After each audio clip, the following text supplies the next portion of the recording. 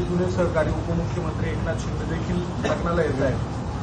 की पारिवारिक संबंध म्हणायचे की काही मॅरेज हा काय राष्ट्रीय विषय आहे का? कोण कोणाच्या लग्नाला येत आहे हा काय राष्ट्रीय आणि राजकीय विषय मला वाटत नाही. बघा, एकतर लग्नाला नक्कीच आम्ही सगळे इथे आलेलो आहोत. मी दौऱ्यावर आहे उत्तर महाराष्ट्राच्या महानगरपालिकांसंदर्भातल्या आमच्या बैठका आणि मेळावे सुरू आहेत. आणि आज इथे आमचे सहकारी शिवसेनेचे महानगर प्रमुख विलास शिंदे यांच्या घरी विवाह सोहळा आहे. आम्ही सगळे आहोत. आता तुमचा जो प्रश्न आहे तो काय फार गांभीर्याने घ्यावा असं मला आता वाटत नाही. एखाद्याच्या मंगल कार्यामध्ये कोणाकडून कोणाला आशीर्वाद द्यावेत त्याचा व्यक्तिगत प्रश्न आहे. ते मंगल कार्य आहे एवढंच मी म्हणतो. त्याच्यामुळे मंगलमय लोकांनी अशा कार्याला यायचं असतं. आता त्यांनी कोणाला बोलवलं मला माहीत नाही. स्थानिक स्वराज्य संस्थांसाठी प्रभाग रचना पूर्ण करा असं निवडणूक आयोगाने राज्य सरकारला कळवलेलं आहे. तर काय निवडणुकांचे पडघम लवकरच वाचतील असं नक्कीच वाचतील. सर्वोच्च न्यायालयानं जी काय मुदत दिलेली आहे सरकारला त्या चौकटीत राहून महाराष्ट्रातल्या 27 महानगरपालिकांची तयारी निवडणुकांची सरकारला करावीच लागेल. आणि त्या दृष्टीनं सगळेच कामाला सुद्धा लागले. 3-3.5 वर्ष महापालिका प्रशासकांच्या माध्यमातून लुटल्या जात आहेत. अक्षरशः लुटल्या जात आहेत. आयुक्तांच्या खांद्यावर बंदूक ठेवून टेंडरबाजी, भ्रष्टाचार, घोटाळे. शहरांची अवस्था बघा ना तुम्ही काय आहे. महानगरपालिका हे जनतेचे नगरसेवक किंवा लोकप्रतिनिधी यांच्या माध्यमातून कामं करणारी संस्था आहे. स्थानिक स्वराज्य संस्था. तुम्ही तिथेही 3 वर्ष 3.5 वर्ष निवडणुका होऊ दिल्या नाही. त्याला काय म्हणायचं? लोकशाहीची ही कुठली तऱ्हा?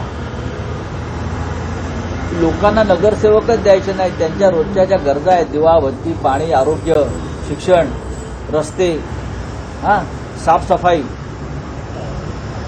त्याही तुम्ही होऊ द्यायच्या नाही का? तर राजकारण. आणि शेवटी तुम्हाला मग सर्वोच्च न्यायालयानं खडेबोल सुनावले आणि त्यानंतर तुम्ही आता त्या तयारीला लागलेला. आता नाशिकमध्ये सुद्धा तुम्ही अवस्था बघा शहराची, पाण्याची, रस्त्यांची, स्वच्छतेची. नाशिकसारख्या शहरामध्ये मुख्यमंत्री येऊन कुंभमेळ्याची तयारी करतायत पुढल्या.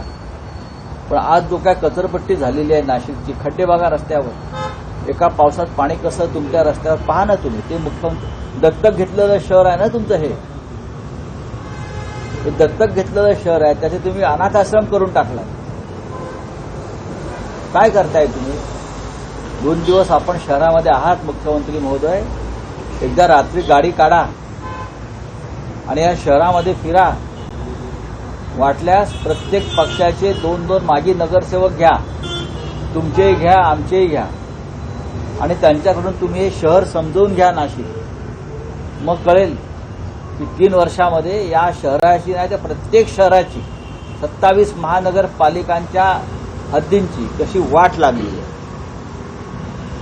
साहेब, मधल्या काळामध्ये अवकाळी पाऊस मोठ्या प्रमाणात झाला राज्यात. कृषी मंत्री ज्यावेळेला दौरा करत होते त्यावेळेला अनेक वादग्रस्त वक्तव्य कृषी मंत्र्यांनी केलं. अजितदादा म्हणतायत की आता तुमचे हे वक्तव्य पडला. अशा प्रकारचे सगळेच मंत्री त्यांच्या कॅबिनेटमध्ये ज्यांना हे राज्य समजलेलं नाही, राज्याचे प्रश्न समजलेले नाही. आता आडातच नाही तर पोहरामध्ये कुठून येणार? या राज्याच्या दोन्ही उपमुख्यमंत्र्यांना किती गांभीर्य आहे लोकांच्या प्रश्नाविषयी? या राज्याच्या मुख्यमंत्र्यांना किती गांभीर्य आहे लोकांच्या प्रश्नाविषयी, राज्याच्या प्रश्नाविषयी? याचं एकदा त्यांचं चिंतन बैठक घेणं किती गरजेचं आहे. मला सांगा, एकनाथ शिंदेना राज्याच्या प्रश्नाविषयी किती गांभीर्य आहे? राज्याच्या कोणत्या प्रश्नांवर, समस्यांवर हे महाशय गांभीर्याने त्यांनी काम केलंय. टेंडर, ठेकेदारांकडून पैसे गोळा करणं, लोकांना पैसे वाटणं, पक्ष फोडणं. अजित पवार ही तेच करतात, एकनाथ शिंदे तेच करतात आणि राज्याचे मुख्यमंत्री सुद्धा तेच करतायत. राज्याचे प्रश्न सोडवायचे कोणी, राज्याला प्रतिष्ठा प्राप्त करून द्यायची कोणी, या संदर्भात त्यांच्याकडे काय कोणतं प्लान आहे असं मला वाटत नाही. आहेत ना आज मुख्यमंत्री उपमुख्यमंत्री या लग्न सोहळ्यामध्ये आहे तिकडल्याच. काल कुंभमेळा झाला, आता लग्न सोहळे होतील. कालपासून मुख्यमंत्री नाशिकमध्ये आहेत. काल बैठक सुद्धा घेतली, आपण म्हटलं होतं 6,500 कोटींचे टेंडर काढलेलं आहे. आणखी विकास मोठ्या प्रमाणात 6,500 कोटीपैकी किती हजार कोटीचं प्रत्यक्ष काम होणार आहे. कुंभमेळा, या कुंभमेळ्यात 10 ते 15,000 कोटीचा खुर्गा ओढणार आहे. हे आमचं एक सांस्कृतिक धरोहर आहे. कुंभमेळा तो उत्तम पद्धतीनं पार पडला पाहिजे.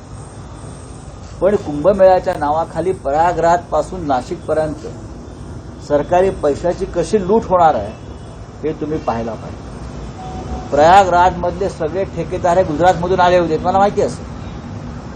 अगदी नौका, ट्रॅव्हलिंग, तंबूवाले हे सगळे ठेकेदार गुजरातचे. सगळे रस्त्याची कामं त्या काळात झाली ते ठेकेदार गुजरातचे. नाशिकच्या कुंभमेळ्यामध्ये सुद्धा याच्यापेक्षा वेगळं होईल असं मला वाटत नाही. साहेब, याला जोडून प्रश्न आहे. नाशिकमध्ये 2200 कोटी रुपयाचं टेंडर काढलं होतं, ते संपूर्ण ठेका जे गुजरातच्या कंपन्या मी आता काय तुम्हाला सांगतो, नाशिकला जोडून प्रश्न आहे. मी तुम्हाला आता तेच, तुम्ही हा प्रश्न विचारण्याआधीच मी सांगितलं. कुंभमेळ्यातल्या हजारो कोटीतले किमान 5 ते 10,000 कोटी रुपये हे गुजरातच्या ठेकेदारांकडेच जाणार आहे. स्थानिक कार्यकर्त्याला, स्थानिक काम करणाऱ्या कंत्राटदारांना याच्यामध्ये काही मिळणार नाही. सगळे ठेकेदार गुजरातचेच ठरलेले आहेत सगळे. आणि ही सगळी कुंभमेळ्याची कामं ही गुजरातच्या ठेकेदारांना जाणार आहे. राज्यामध्ये विकास आघाडीच्या काळामध्ये उद्धव ठाकरे आणि आदित्य ठाकरे यांनी मोठा घोटाळा केलेला असलेलं, भ्रष्टाचार केला असल्याचं चंद्रशेखर बावनकुळे म्हणतात. कोण? चंद्रशेखर बावनकुळे, ज्याने 6 रुपयाला जमीन घेतली आहे, काही एकर सरकारची, काय ती आहे ना ती, तेच ना जमीन लुटली आहे सरकारची. आणि ज्यांनी भ्रष्टाचार केला म्हणून ज्यांचं तिकीट नाकारलं होतं मागच्या वेळेला, तेच बावनकुळे. मला वाटतं तेच आहेत ना, हे का वेगळे आहेत कोणी? साहेब, नाशिकच्या पालकमंत्री पदाबाबत काल मुख्यमंत्र्यांनी विचारला असता, त्यांनी उडवडीची उत्तरे देत तो प्रश्न टाळला. बघा, ते बरोबर बोललेले आहे. पालकमंत्र्यांशिवाय काही अडलंय का, ते काय चुकीचं बोलले. मुळात सरकार, या राज्याचे मंत्रिमंडळ आहे, त्यांच्याशिवाय काय अडलेलं नाही. मंत्री कामच करत नाहीये. मुख्यमंत्री नसले तरी पण राज्य चालतंय. पण नाशिकवर झालं नाही का? बाकीच्या ठिकाणी पालकमंत्री दिलेले, जे बाकीच्या ठिकाणी जे पालकमंत्री आहेत ते काय दिवे लावते एकदा बघून घ्या. पालकमंत्री हा जिल्ह्याच्या लुटमारीसाठीच नेमला जातो अलीकडे, आणि पोलिसांवर दबाव आणण्यासाठी. लाडकी बहीण योजनेमध्ये मागच्या सरसकट लाभ देण्यात आलेला होता. अनेक चुका आहेत, अनेक अपात्र महिलांना लाडकी बहिणीचा लाभ दिला असं उपमुख्यमंत्री अजित पवार आता म्हणतात. मग त्याबद्दल तुम्ही प्रायश्चित घ्या. काय प्रायश्चित? राजीनामा द्या. अर्थ खात्यातून हा घोटाळा झालेला आहे. पैसे कोणी दिले? या राज्याचे पैसे लुटले कोणी? या राज्याचे पैसे तुम्ही लुटू दिलेत. लाडक्या बहिणींनी नाही तर लाडक्या भावांनी नावं बदलून महिलांची, आपली स्वतःची नावं बदलून हा लाभ घेतलेला आहे. हजारो कोटी रुपयांचा, शेकडो कोटी रुपयांचा सरकारी कर्मचाऱ्यांनी हा लाभ घेतला. आणि तुम्ही तो घेऊ दिलात. तुम्ही छाननी केली नाही. तुम्हाला माहिती आहे, पण तुम्हाला मतं पाहिजे होती. आणि अर्थ खात्याच्या माध्यमातून ही लूट झाली संपूर्ण. याचं प्रायश्चित कोणी घेतला पाहिजे? हे काय सांगतायत? साहेब, रायगडचा मुद्दा आहे. त्या ठिकाणी सुनील तटकरे, महेंद्र थोरवे यांच्यामध्ये वाद रंगलेला आहे. जरी टीका केली जाते, सुनील तटकरे यांनी भ्रष्टाचार केलेला आहे. तुमचं काय म्हणणं आहे याच्यावरती मी मत व्यक्त करावं? त्या पालकमंत्री पदावरनं हा सगळा वाद रंगलेला त्यांचे आहे. नेते इथे येणार आहेत ना आज. नेत्यांना विचारा प्रश्न. आम्ही कशा करता बोलायचे? राज्यमंत्र्यांना अजूनही त्यांच्या अधिकाराचं वाटप हे करण्यात आलं नाही. जवळपास 4-5 महिने. मग तुम्हाला काय वाटतं, कॅबिनेट मंत्र्यांना अधिकार आहेत का? विचारा. राज्यमंत्र्यांना नाही म्हणून तुम्ही प्रश्न विचारताय. या राज्याच्या कॅबिनेट मंत्र्यांना सुद्धा अधिकार नाहीये. मी तिकडे केंद्रात सुद्धा नाही आहेत आणि राज्यात सुद्धा नाही. चला, धन्यवाद. योजनेअंतर्गत 5,500 कोटींचा घोटाळा झाला आहे. 5,500. त्याच्यामध्ये शिंदे गटाचे राजेंद्र सोनवणे यांचा समावेश आहे. तर गुन्हा दाखल होऊ नये म्हणून शिंदे गटाकडून पोलिसांवर दबाव आणला जातो. यात नवीन काय आहे? यात नवीन असं काहीच नाहीये. यांच्या लोकांनी भ्रष्टाचार करायचा, घोटाळे करायचे. आणि खरं म्हणजे अंदाज समितीचे अध्यक्ष अर्जुन खोतकर त्यांच्या पीएच्या खोलीमध्ये 2 कोटी रुपये सापडले आणि हे 2 कोटी रुपये अंदाज समितीच्या चेअरमनला देण्यासाठी हा नजराणा आणला होता. तिथे कारवाई झाली नाही तर इथे काय होणार? जालिंदर सुपेकर यांनी 400हून अधिक शस्त्र परवाने दिलेले आहेत. चला, साहेब एक प्रश्न. अमित शहा काल म्हणाले मीटिंग हुई थी. अमित शहा काल म्हणाले 2026ला पश्चिम बंगालमध्ये भाजप निश्चितपणे जिंकेल.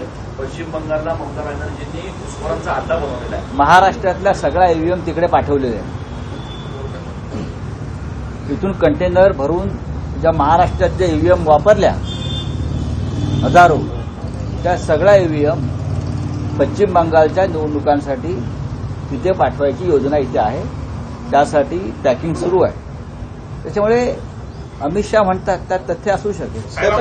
बकरी ईदच्या निमित्तानं जी बकऱ्याची कुर्बानी होते ती थांबवावी असं विश्व हिंदू परिषदेने मागणी केलेली आहे. त्याच्यावरती मी काय आता मत व्यक्त करू? सरकार पाहिजे ना. आपल्या पक्षाची भूमिका काय? माझ्या पक्षाची भूमिका आहे काय? साहेब आपले नाशिकमधीलच पदाधिकारी बाळा दराडे यांनी राहुल गांधींना स्टेटमेंट संपला विषय. सब कल कुंभ मेले को लेकर मीटिंग हुई.